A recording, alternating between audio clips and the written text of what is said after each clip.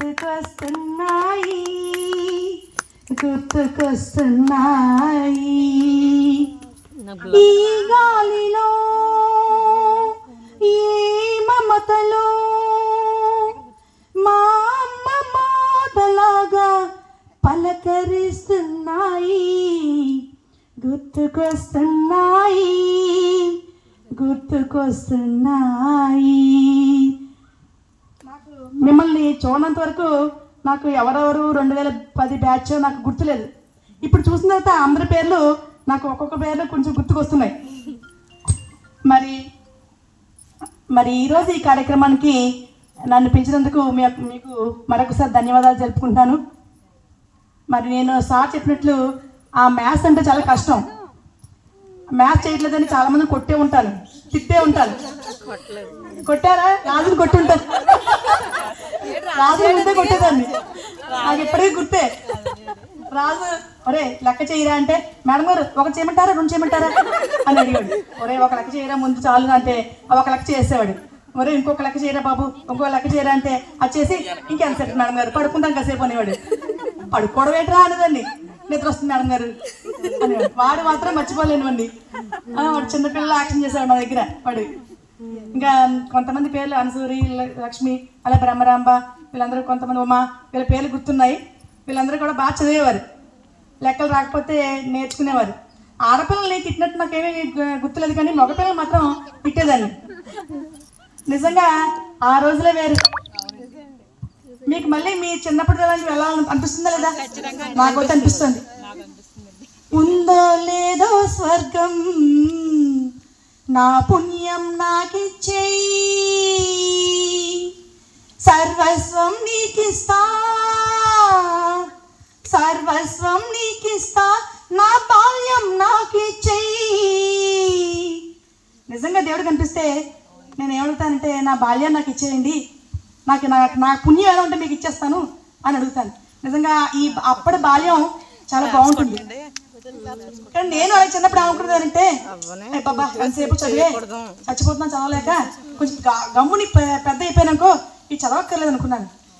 కానీ ఏంటంటే ఇప్పుడు రిటైర్మెంట్ వయసు 62 ఏళ్ళు, 62 ఏళ్ళ వరకు చదువుతూనే ఉండాలి. అలాగా అదేంటో నాకు అర్థమలేదు అలాగా. కానీ ఇప్పుడు అనుకున్నాను, నిజంగా నా బాల్యంలోకి వెళ్ళిపోతే బాగుండు అని చెప్పేసి అని అనుకున్నాను. అలాగే 7th క్లాస్లో హిందీ టెక్స్ట్ బుక్ అనుకుంటాను. ఆ కవి ఏం చెప్పాయంటే, బచ్చిపన్ బాల్యాన్ని మళ్ళీ రావాలి అని చెప్పేసి ఒక కవిత రాశాడు. నేను అప్పుడు అనుకున్నాను, ఏంటి పిచ్చి కవి బాల్యాన్ని మళ్ళీ రమ్మని అంటున్నాడు, బాల్యం ఎందుకు, శుభ్రంగా చదువు అక్కర్లేదు, ఇంకా పెద్ద అయిపోతాను, ఇతనే పిచ్చిలాగా అంటున్నాడు అనుకున్నాను అప్పుడు. కానీ ఇప్పుడు తెలుస్తుంది అతని బాల్యాన్ని మళ్ళీ రావాలి అని చెప్పి ఎందుకు రాశాడు. ఇప్పుడు అర్థమైంది. నిజంగా అప్పటి జ్ఞాపకాలు చాలా గుర్తుండిపోతాయి, అవునా కదా? ఇంటర్మీడియట్ తర్వాత మనకి చాలా మంది లెక్చరర్స్ వస్తారు, అందరూ చేస్తారు, కానీ అవి మనకు గుర్తుండవు. ఈ 10th క్లాస్ వరకు ఉన్నదే మనకి బాగా గుర్తుంటుంది. మీరు చిన్నపిల్లలు, మిమ్మల్ని చిన్నపిల్లలా చూస్తాం మేము. ఇంటర్మీడియట్ తర్వాత ఆ లెక్చరర్స్ అందరూ చెప్పుకుని వెళ్ళిపోతారు, ఆ ఎఫెక్షన్ ఉండదు. మీరందరూ కూడా మంచిగా సెటిల్ అయ్యారని నేను అనుకుంటున్నాను. ఎవరైనా బీఈడి కానీ డిఎడ్ కానీ కంప్లీట్ చేశారా? ఎవరన్నా చేశారా? అయితే మీరు మాస్టర్ చెప్పినట్టు నా దగ్గర అసిస్టెంట్గా రావాలని నేను కోరుకుంటున్నాను. ఎవరైతే చేశారో వాళ్ళందరూ కూడా బాగా కష్టపడి చదవండి అమ్మా. కష్టపడి చదివి నా దగ్గరికి వస్తే నిజంగా మేము చాలా హ్యాపీగా ఫీల్ అవుతాం. మేము ఇంట్లో ఉండేది తక్కువ, స్కూల్లో ఉన్నది ఎక్కువ. మా పిల్లలు చాలా మంచి స్థాయిలోకి వెళ్ళారని చాలా గర్వంగా చెప్పుకుంటాం మేము. వీడు పల్లవాడు కలెక్టర్ అయ్యాడండి, పల్లవాడు డాక్టర్ అయ్యాడండి, పల్లవాడు టీచర్ అయ్యారని చెప్పేసి అని అంటే నాకు ఎంత గర్వం ఉంటుంది తెలుసా? అది చెప్పలేను మాటల్లో, అంత గర్వం ప్రతి టీచర్కి అంతే. మరి మీ టైంలోనే అనుకుంటాను, దొరకే మాస్టరు, నేను అలాగే తెలుగు మాస్టరు, మేము క్లాసుకు దెబ్బడుకునే వాళ్ళం. మేము వెళ్తామంటే మేము వెళ్తాం. అసలు క్లాస్ అసలు అలా శనివారం కూడా సెలవు అనుకో, ఆ శనివారం నాదేనండి అని దెబ్బడుకునే వాళ్ళు. ముగ్గురు కూడా దెబ్బడేసుకుంటూ ఉన్నారు. ఆ రోజులు వేరు, అవును కదండి? తెలుగు మాస్టర్ పాపం కూడా వచ్చేది.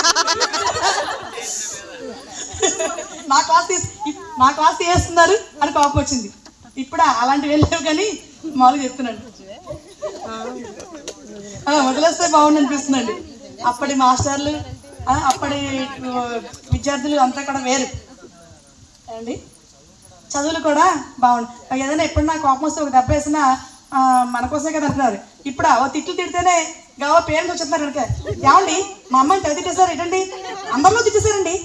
అందరిలోనా ఒక్క ముందు తిట్టే అందరిలో తిట్టేశారు ఏంటండి, మా అమ్మాయి ఎంత హర్ట్ అయింది తెలుస్తుందండి, చాలా హర్ట్ అయిపోయింది మా అమ్మాయి, ఇంకా రానుంటుంది స్కూల్కి, ఏం చేయమంటారు చెప్పండి అలా అడుగుతున్నారు. అప్పటికి ఇప్పుడు తేడా ఉందా?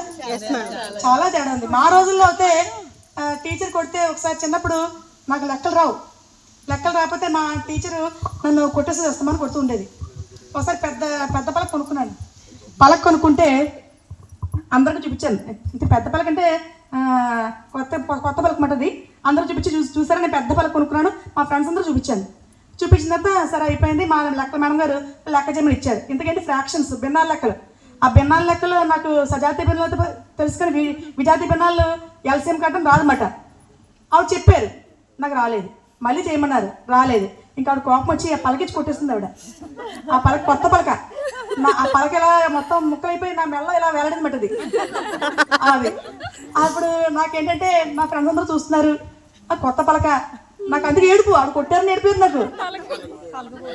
పలక పోయింది కొత్త పలక అందరికీ చూపించాను కూడా అని. ఇలాగే ఉండేది, స్కూల్ కూడా ఇలాగే ఉండేది. ఆ పక్క నుంచి మా నాన్నగారు వెళ్తుంటే మా నాన్నగారిని చూసి ఇంకా గట్టిగా ఏడడం పెట్టాను. గట్టిగా ఏడడం వస్తే మా నాన్నగారు వచ్చారు. ఎందుకు ఏడుస్తున్నావు అన్నారు. ఎందుకు ఏడుస్తున్నావు అంటే మేడం గారు కొట్టారు అన్నాను. అప్పుడు మేడం గారిని అడిగారు, ఏమండి ఏంటంటే మీ అమ్మాయి లెక్క సరిగ్గా చేయట్లేదండి, కొట్టానండి అన్నాడు. అంటే ఇంకా గట్టి కొట్టండి, ఇంకా గట్టిగా 2 లెక్కలు చేయించండి, బాగా వచ్చేందుకు ఇక్కడే కూర్చోబెట్టండి, ఇంటికి కూడా పంపకండి అన్నారు.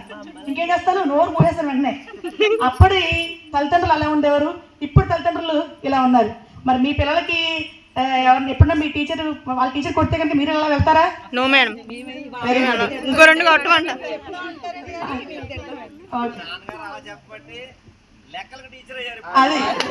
అదే అంతే కదా మరి.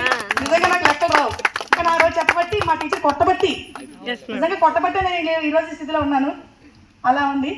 కాబట్టి మీరు కూడా మంచి స్థితిలోకి రావాలి.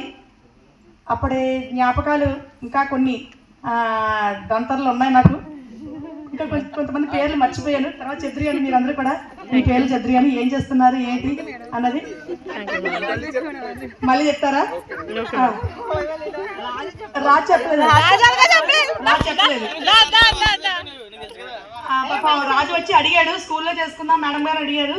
కానీ ఈ మధ్య మాకు ఒక జీవో వచ్చింది, స్కూల్లో ఎటువంటివి చేయకూడదు, కాస్త స్కూల్ బయట చేసుకోవచ్చు అని. స్కూల్ బయట అంటే మరి మన రోడ్డే, ఇంకా రోడ్డు మీద మనం చేసుకోలేం. పాపం రాజు అడిగాడు, పాపం మరి ఏమనుకుంటారా, మరి నేను ఇవ్వలేకపోతున్నాను. మళ్ళీ మామూలుగా వస్తే ఒక 2 years బ్యాక్ వచ్చింది ఈ జీవో, అంతకుముందు లేదు. అంతకుముందు స్కూల్లోనే చేసుకోవచ్చు.